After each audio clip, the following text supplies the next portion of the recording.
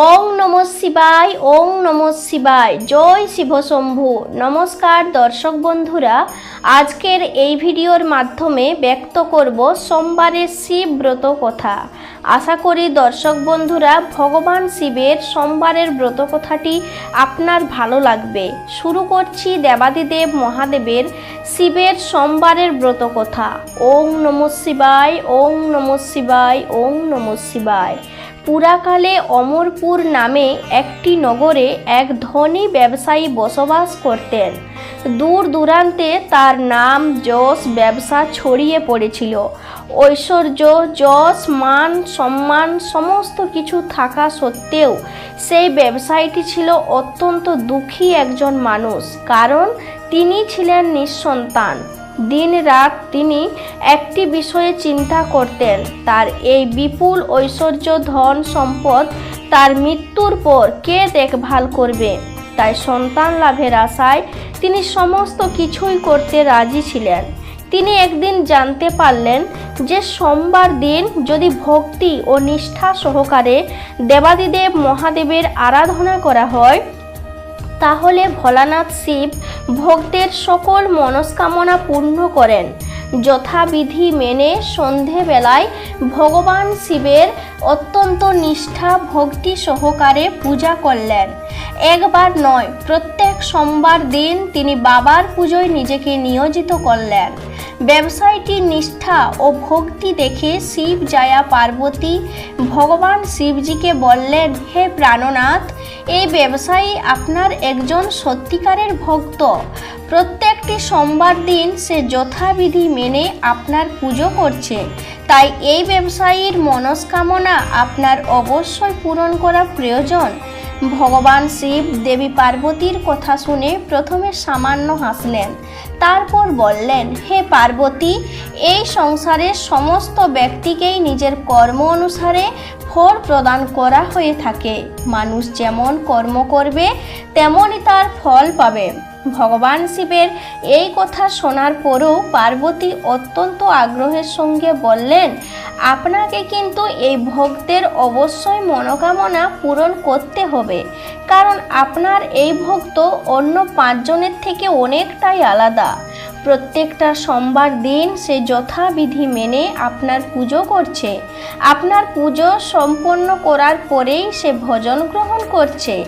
আপনাকে এই ব্যক্তির সন্তান কামনা অবশ্যই পূরণ করতে হবে। দেবী পার্বতীর এত আগ্রহ ও অনুরোধ দেখে ভগবান শিব না করতে পারলেন না। তিনি বললেন, ঠিক আছে, আমি এই ব্যক্তিটিকে সন্তান প্রাপ্তির বরদান করছি, কিন্তু তার এই সন্তান 16 বছরের অধিক জীবিত থাকবে না।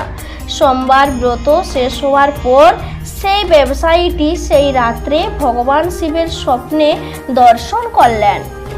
স্বপ্নে ভগবান শিবজি তাকে পরিষ্কার করে জানালেন যে তাকে পুত্র সন্তানের বরদান করছেন, তবে তার এই পুত্র 16 বছর পর্যন্ত কেবল জীবিত থাকবে। ভগবান শিবের কাছ থেকে এই বরদান পেয়ে ব্যবসায়ী খুশি হলেন, তবে পুত্র যেহেতু অল্প আয়ু নিয়ে জন্মগ্রহণ করবে তার জন্য চিন্তিত হলেন। বেশ কয়েক মাস পর তার একটি ফুটফুটে পুত্র সন্তান জন্ম নিল। ব্যবসায়ীটির ঘর খুশিতে ভরে গেল। যথেষ্ট ধুমধামের সঙ্গে এর জন্য উৎসবের আয়োজন করা হলো, কিন্তু ব্যবসায়ীটি খুব একটা খুশি ছিল না, কারণ তার এই পুত্র যে অল্প আয়ু নিয়ে জন্মগ্রহণ করেছে সে এতদিন পর্যন্ত রহস্যেই রেখেছেন। আর ঘটনাচক্রে সেই পুত্র সন্তানের নামকরণ করা হলো অমর নামে। ছোটবেলা থেকেই তাকে দান, ধ্যান, জপ, পূজা অর্চনা শেখানো হলো। আর ব্যবসায়ীটি প্রত্যেক সোমবার দিন ব্রত রাখা শুরু করলেন। এরপর ব্যবসায়ীটির ছেলে অমরের বয়স যখন 12 বছর হলো, তখন ব্যবসায়ীটি তাকে শিক্ষা প্রদানের উদ্দেশ্যে তার মামার সঙ্গে বানারসিতে পাঠালেন এবং যাবার সময় বলে দিলেন, যেখানে শিব মন্দির দেখতে পাবে সেখানে ভগবান শিবের পূজা করবে এবং ওই স্থানে দিন দুঃখী মানুষ এবং ব্রাহ্মণকে ভোজন করাবে। এইভাবে মামা ভাগ্নে বারাণসীতে যাবার পথে একটি নগরে প্রবেশ করল।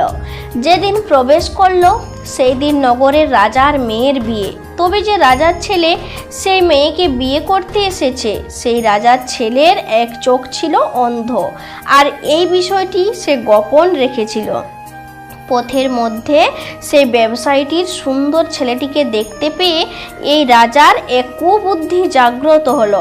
সে মনে করলো এই অন্ধ ছেলের পরিবর্তে সে এই ব্যবসায়ীটির ছেলেটিকে নিয়ে নিজের ছেলে হিসেবে পরিচয় দিবে। তারপর বিবাহ শেষ হয়ে গেলে সেই ব্যবসায়ীটির ছেলেটিকে বিয়ে দিয়ে সে রাজ্যের রাজার মেয়েটিকে নিজের রাজ্যে নিয়ে যাবে। প্রাণের ভয়ে ব্যবসায়ীটির ছেলেটি সেই সময় মুখে কিছু না বললেও বিবাহের পর রাজকুমারীর শাড়ির আঁচলে লিখে দিয়ে যায় যে তোমার সঙ্গে তো আমার বিবাহ হলো, কিন্তু বিয়ের পর যে রাজকুমারের সঙ্গে তোমাকে নিয়ে যাওয়া হবে সেই রাজকুমারের আসলে এক চোখ অন্ধ। আমি তো বারাণসীতে শিক্ষা গ্রহণ করতে যাচ্ছি। বিবাহ সম্পন্ন হওয়ার পর পরের দিন ব্যবসায়ীর পুত্রকে তাড়িয়ে দেওয়া হয়, কিন্তু রাজকুমারী যেহেতু আসল সত্য জেনে ফেলেছে তাই সে রাজার অন্ধ পুত্রের সঙ্গে যেতে রাজি হলো না, বরং ব্যবসায়ী পুত্র অমরকে স্বামী মনে করে তার জন্য প্রতীক্ষা করতে থাকে।